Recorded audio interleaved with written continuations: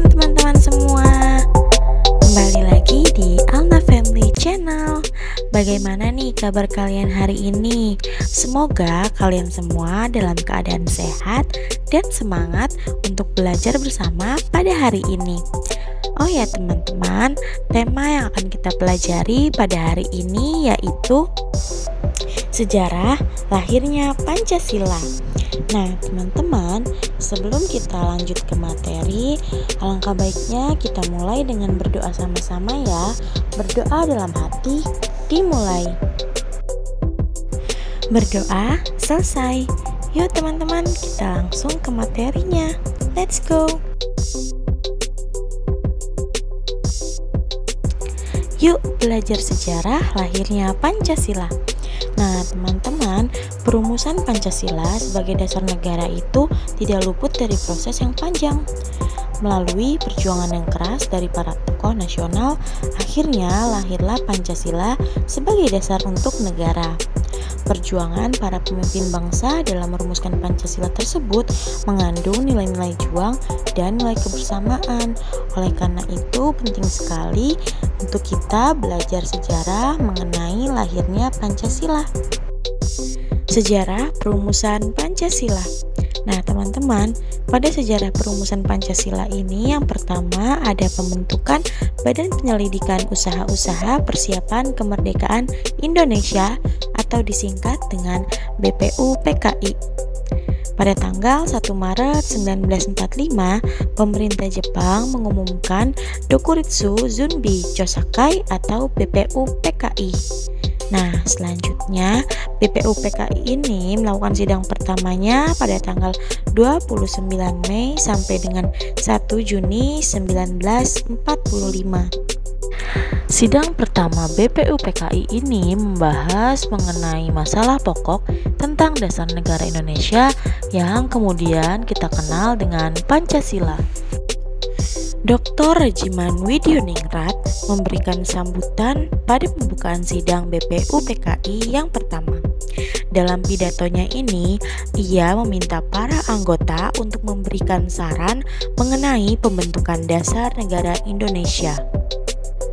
Adapun tokoh-tokoh yang mengajukan pandangannya tentang dasar negara Indonesia yaitu Muhammad Yamin, Profesor Dr. Supomo, dan Insinyur Soekarno. Yuk kita bahas satu persatu tokoh-tokoh tersebut. Yang pertama ada Muhammad Yamin. Pada tanggal 29 Mei, Muhammad Yamin menyampaikan pidatonya di depan anggota BPUPKI. Nah teman-teman, Muhammad Yamin ini menyampaikan 5 dasar asas negara yaitu pertama, pri kebangsaan, kedua, pri kemanusiaan, 3, pri ketuhanan, 4, pri kerakyatan, dan yang kelima, kesejahteraan rakyat. Tokoh yang kedua ada Profesor Dr. Supomo. Profesor Dr. Supomo mendapatkan giliran untuk menyampaikan usulannya tentang dasar negara Indonesia pada tanggal 31 Mei 1945. Nah teman-teman, berikut gagasan dari Profesor Dr. Supomo. Yang pertama, persatuan. Kedua, kekeluargaan. 3, keseimbangan lahir dan batin. 4, musyawarah. Dan yang kelima, keadilan rakyat. Tokoh yang selanjutnya ada Insinyur Soekarno. Insinyur Soekarno mendapatkan giliran terakhir untuk menyampaikan gagasannya mengenai dasar negara Indonesia, yaitu pada tanggal 1 Juni 1945. Insinyur Soekarno mengemukakan perumusan dasar negara Indonesia sebagai berikut. Yang pertama, kebangsaan Indonesia. 2, internasionalisme atau pri kemanusiaan. 3, mufakat atau demokrasi. 4, kesejahteraan sosial. 5, ketuhanan yang Maha Esa. Nah teman-teman, berdasarkan masukan dari ahli bahasa, maka kelima rumusan dasar negara tersebut oleh Insinyur Soekarno diberi nama Pancasila. Menurut Insinyur Soekarno, Pancasila ini bisa diringkas menjadi 3 sila atau disebut dengan Trisila, yang berisikan pertama, sosial nasionalisme, 2, sosial demokrasi, 3, ketuhanan. Nah, teman-teman, setelah sidang pertama BPUPKI, belum ada kata sepakat untuk dasar negara Indonesia. Oleh karena itu, dibentuklah panitia kecil yang bertugas merumuskan tujuan dan maksud didirikannya negara Indonesia. Panitia kecil terdiri dari 9 orang anggota atau disebut dengan Panitia 9 yang terdiri dari Insinyur Soekarno, Dr. Andes Muhammad Hatta, Muhammad Yamin, H.A. Maramis, Ahmad Subarjo, Abdul Qohar Muzakir, Kyai Haji Abdul Wahid Hasim, Abi Kusno Jokro Suyono, dan Haji Agus Salim. Panitia kecil atau yang disebut dengan Panitia 9 ini kemudian menghasilkan dokumen yang berisikan asas dan tujuan negara Indonesia merdeka. Nah, teman-teman, isi dari Piagam Jakarta adalah sebagai berikut. Yang pertama, ketuhanan dengan kewajiban menjalankan syariat Islam bagi pemeluk-pemeluknya. Yang kedua, yaitu kemanusiaan yang adil dan beradab. 3. Persatuan Indonesia. 4. Kerakyatan yang dipimpin oleh hikmat kebijaksanaan dalam permusyawaratan perwakilan. 5. Keadilan sosial bagi seluruh rakyat Indonesia. Setelah tadi kita mempelajari sejarah mengenai pembentukan BPUPKI, sekarang kita akan mempelajari sejarah pembentukan Panitia Persiapan Kemerdekaan Indonesia atau disingkat dengan PPKI. Nah, teman-teman, setelah BPUPKI dibubarkan pada tanggal 7 Agustus 1945, pemerintah Jepang membentuk PPKI atau yang disebut dengan Dokuritsu Zunbi Linkai. Selanjutnya, bangsa Indonesia memproklamasikan kemerdekaannya tanpa campur tangan Jepang pada tanggal 17 Agustus 1945. Setelah memproklamasikan kemerdekaannya, PPKI melakukan sidang pertama pada tanggal 8 Agustus 1945. Nah, teman-teman, dalam sidang pertamanya ini PPKI mengesahkan pembukaan Undang-Undang Dasar 1945. Nah, teman-teman, PPKI juga merumuskan Dasar Negara Indonesia yang disahkan pada tanggal 18 Agustus 1945 yang diberi nama Pancasila. Adapun isi dari Pancasila sebagai berikut. 1. Ketuhanan yang Maha Esa. 2. Kemanusiaan yang adil dan beradab. 3. Persatuan Indonesia. 4. Kerakyatan yang dipimpin oleh hikmat kebijaksanaan dalam permusyawaratan perwakilan. 5. Keadilan sosial bagi seluruh rakyat Indonesia. Selanjutnya kita akan bahas tokoh-tokoh bangsa yang terlibat dalam proses perumusan Pancasila. Yang pertama ada Insinyur Soekarno. Beliau berhasil meraih gelar insinyurnya di Institut Teknologi Bandung atau ITB pada 25 Mei 1926. Setelah meraih gelar insinyurnya, ia mendirikan Partai Nasional Indonesia atau yang disingkat dengan PNI pada tanggal 4 Juli 1927.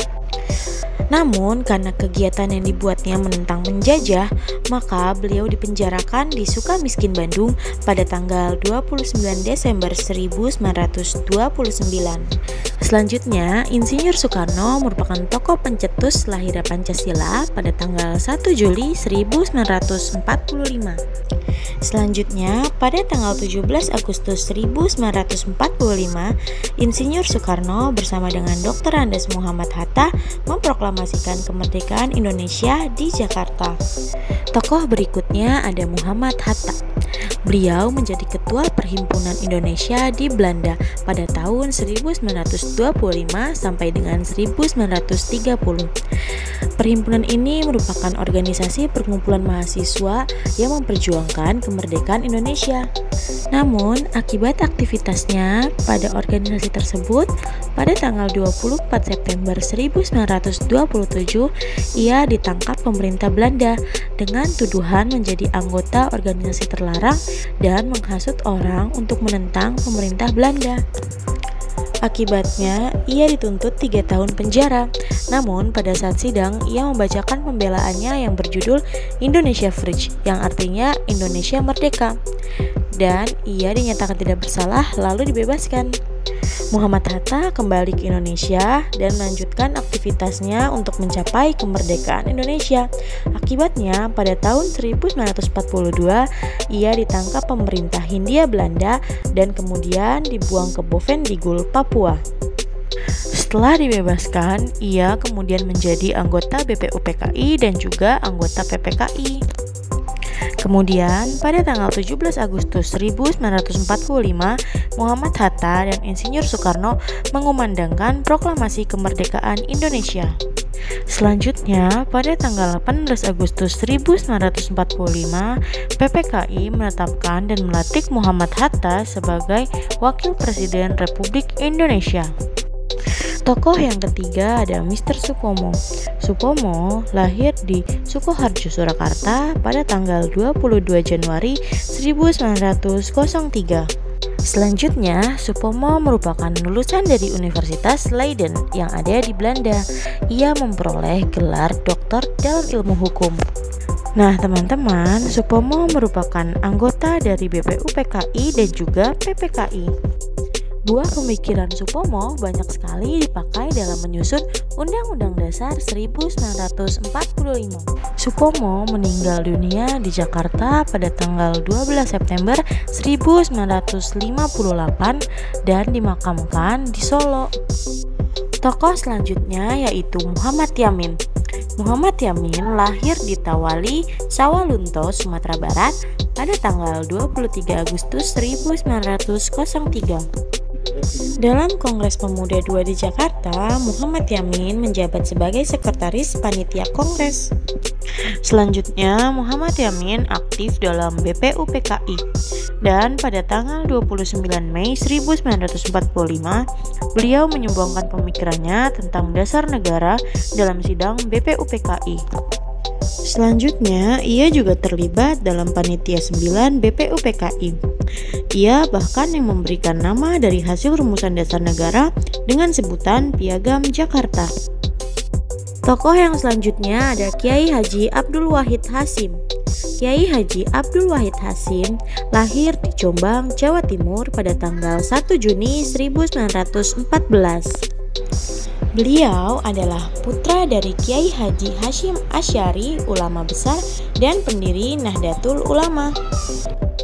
Abdul Wahid Hasyim menimba ilmu di pesantren-pesantren, termaksud di pesantren Tebu Ireng milik ayahnya. Nah, teman-teman, Abdul Wahid Hasyim ini merupakan seorang autodidak. Ia mempelajari ilmu pengetahuan dengan cara membaca buku-buku, sehingga ia bisa memiliki wawasan yang luas. Selanjutnya, pada tahun 1935, ia mendirikan madrasah modern dengan nama Nizamiyah. Selanjutnya, Kiai Haji Abdul Wahid Hasyim merupakan anggota Panitia 9 dari BPUPKI dan merupakan anggota dari PPKI. Selanjutnya, kita akan membahas mengenai nilai-nilai kepahlawanan dalam proses perumusan Pancasila. Yang pertama, Pancasila sebagai hasil dari musyawarah untuk mufakat. Nah, jadi teman-teman, Pancasila merupakan dasar negara yang merupakan hasil dari kesepakatan bersama para tokoh bangsa Indonesia. Selanjutnya, para tokoh bangsa bersama memberikan usulan tentang dasar negara dalam sidang pertama BPUPKI pada tanggal 29 Mei 1945.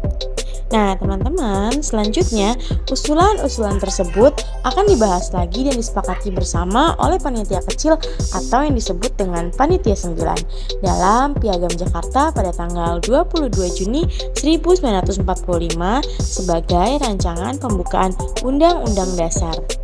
Selanjutnya, pada tanggal 18 Agustus, dalam sidang PPKI disepakati rancangan pembukaan Undang-Undang Dasar Negara Republik Indonesia tahun 1945. Selanjutnya yang kedua yaitu Pancasila sebagai hasil kesepakatan bersama. Teman-teman, jadi Pancasila merupakan hasil keputusan bersama para pendiri bangsa yang melalui serangkaian pembahasan dalam sidang-sidang BPUPKI maupun PPKI. Nah, contoh dari diskusi hingga menghasilkan keputusan bersama yaitu pada sidang pertama BPUPKI pada tanggal 29 Mei hingga 1 Juni 1945 yang mendiskusikan dasar negara Indonesia. Lanjut, yang ketiga ada menempatkan kepentingan bangsa dan negara di atas kepentingan pribadi dan golongan. Nah, teman-teman, pembukaan Undang-Undang Dasar 1945 itu merupakan hasil keputusan bersama melalui proses musyawarah. Nah, dalam proses musyawarah tentu ada pihak yang setuju dan tidak setuju. Namun, setelah pertimbangan yang matang demi kepentingan bersama, akhirnya tercapailah titik temu. Nah, teman-teman, jadi menerima hasil keputusan bersama dengan penuh rasa tanggung jawab merupakan sikap yang harus diteladani sebagaimana telah dicontohkan oleh para pendiri bangsa. Lanjut lagi, yang keempat ada nilai kebersamaan dalam proses perumusan Pancasila. Nah, teman-teman, nilai kebersamaan yang muncul dalam proses perumusan Pancasila adalah sebagai berikut. Yang pertama, para anggota BPUPKI merespon pertanyaan Ketua BPUPKI dengan menyusun konsep dasar negara Indonesia. Yang kedua, Panitia 9 menerima Pancasila sebagai dasar negara Indonesia. 3. Adanya semangat kebersamaan semua pihak untuk menerima perubahan Piagam Jakarta. Yang terakhir, PPKI kemudian mengesahkan Undang-Undang Dasar 1945 pada tanggal 18 Agustus 1945 yang di dalamnya tercantum 5 dasar negara Indonesia Pancasila. Pembahasan yang terakhir yaitu meneladani nilai juang para tokoh yang berperan dalam perumusan Pancasila. Yang pertama yaitu menghargai perbedaan. Nah, teman-teman, para tokoh yang terlibat dalam perumusan Pancasila itu berasal dari suku dan daerah yang berbeda. Namun, mereka tetap mampu bersatu demi kemerdekaan Indonesia. Itulah nilai yang harus kita teladani dalam kehidupan kita sehari-hari. Yang kedua yaitu persatuan dan kesatuan. Nah, teman-teman, saat para tokoh bangsa dari banyak suku bersatu, saat itulah tercipta kekuatan yang besar. Kekuatan yang bersumber dari nilai persatuan dan kesatuan menjadi modal untuk meraih kemerdekaan Indonesia. Yang ketiga yaitu cinta tanah air.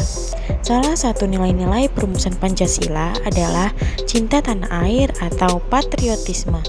Patriotisme adalah rasa kecintaan dan kesetiaan pada tanah air. Selain itu juga bersedia untuk mengorbankan apapun. Yang keempat ada mengutamakan kepentingan bangsa di atas kepentingan pribadi dan golongan.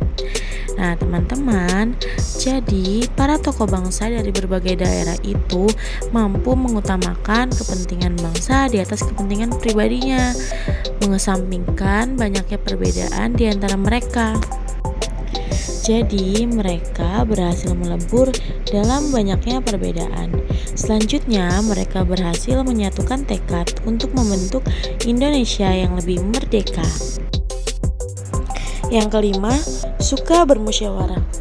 Meskipun memiliki perbedaan pendapat, para tokoh bangsa dapat menyelesaikannya dengan musyawarah.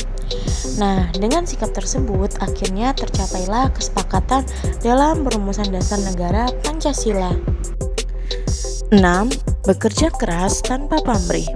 Nah, jadi dengan kerja keras dan perjuangan para tokoh bangsa, akhirnya diperolehlah hasil yang gemilang, yaitu berupa rumusan yang sangat penting bagi bangsa Indonesia, yakni berupa dasar negara Pancasila. Nah, sikap kerja keras tanpa pamrih ini diharapkan bisa kita terapkan dalam kehidupan sehari-hari. Contohnya dengan belajar dengan giat ketika di sekolah untuk mendapatkan hasil yang memuaskan.